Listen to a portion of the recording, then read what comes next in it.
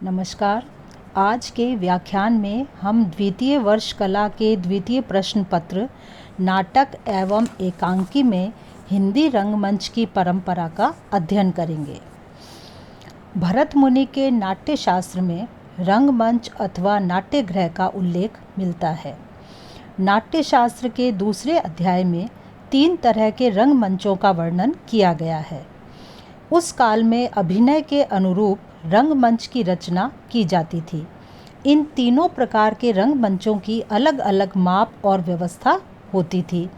नाट्यशास्त्र के वर्णन से प्रतीत होता है कि प्राचीन काल में भारत में रंगमंच की परंपरा लंबे समय से चल रही थी।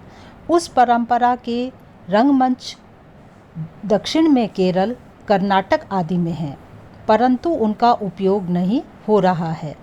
ऐसे रंगमंच आज प्राय पुराने राजमहलों के परिसरों एवं देवालयों में खंडित रूप में मिल जाते हैं, परंतु यह परंपरा संस्कृत नाटकों के उत्कर्ष काल तक ही रही तथा परवर्ती काल में रंगमंच की परंपरा का स्थान खुले मंच ने ले लिया।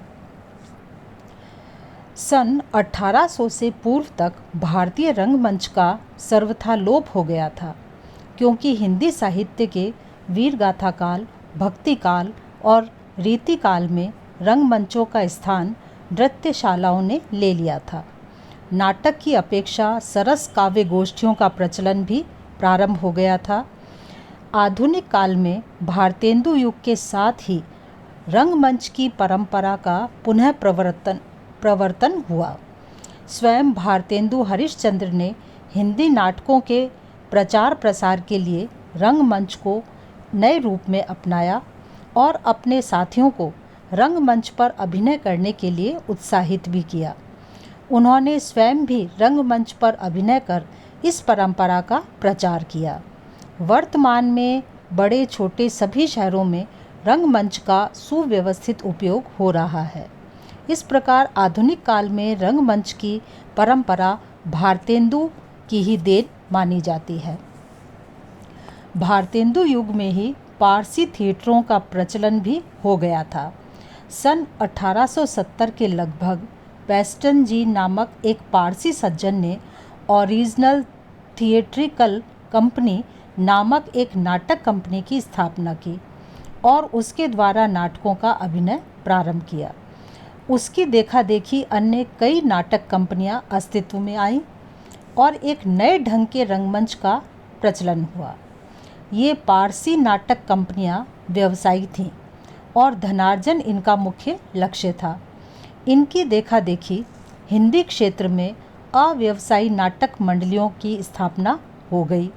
इन नाटक मंडलियों ने रंगमंच की परंपरा को कलात्मक रूप दिया।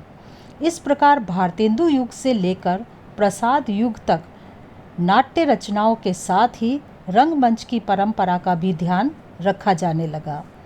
स्वतंत्रता के बाद सरकारी सहयोग मिलने से नाट्यकर्मियों में भी जागरूकता आई और सन 1950-60 के मध्य में विविध स्थानों पर रंगमंचों का निर्माण प्रारंभ कर दिया गया।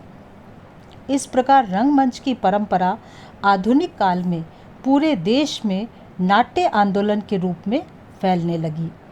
बंगाली, महाराष्ट्री तथा अन्य भाषाओं में भी रंगमंच की दृष्टि से नाट्य लेखन प्रारंभ हुआ और नई संवेदना के साथ इनका अभिनय भी किया जाने लगा। आज यह रंगमंच परंपरा का विकास निरंतर होता रहा है। स्वतंत्रता के पश्चात नाटक और रंगमंच का अविच्छिन्न संबंध बना रहा। फलतः व्यवस्थित रंगमंच ने हिंदी नाट्य लेखन को एक नया मोड़ दिया। सामयिक नाट्य लेखन में इन कार्यकलापों ने जहां नाटक को आधुनिक जीवन के करीब खींचने की कोशिश की, वहीं नाट्यकर्मियों से भी जागरूकता और दायित्व भावना का विकास हुआ तथा नाट्य चेतना के नए आयाम मुखरित हुए। इसके बाद सन 1958 में राष्ट्रीय नाट्य विद्यालय की स्थापना भी हुई और इसके माध्यम से हिंदी नाटकों का प्रदर्शन एवं रंगकर्मियों को आधुनिक ढंग का प्रशिक्षण भी मिलने लगा। आज़ादी के पश्चात सामाजिक चेतना को रचनात्मक स्तर पर दो तरह से अभिव्यक्त किया गया। अश्क, लाल, भुवनेश्वर आदि ने सामाजिक स्तर पर आधुनिक जीवन को छुआ, तो जगदीश चंद्र माथुर, धर्मवीर भारती तथा मोहन राकेश ने ऐतिहासिक स्तर पर भारतीय सामाजिक यथार्थ को अपना नया स्वर दिया। ऐतिहासिक नाटकों की परंपरा को स्वतंत्रता के पश्चात जीवित रखने वाले नाटककारों में जगदीश चंद्र माथुर का नाम उल्लेखनीय है। जगदीश चंद्र माथुर ने रंगमंच को समीप से देखा और उसी के अनुकूल अपनी प्रसिद्ध नाट्य कृति कोणार्क की रचना की। इसका रंगमंच पर सफल प्रदर्शन भी हुआ तथा कई स्थानों पर यह अभिनीत भी हुआ। इस नाटक ने कुछ सीमा तक रंगमंच के माध्यम से दर्शकों को अपनी ओर आकृष्ट किया। कोणार्क ने ऐतिहासिक नाटकों की परंपरा को निश्चित रूप से एक नई दिशा दी। शिल्प प्रयोग की दृष्टि से भी इस नाटक का एक विशिष्ट स्थान रहा है। निष्कर्ष रूप में हम कह सकते हैं कि भारत में रंगमंच की प्राचीन परंपरा रही है। आधुनिक काल में रंगमंच की परंपरा का विकास नए रूप में हो रहा है और अनेक नाट्यकर्मी इससे जुड़कर इसके कलात्मक रूप को निखारने का निरंतर प्रयास कर रहे हैं। धन्यवाद।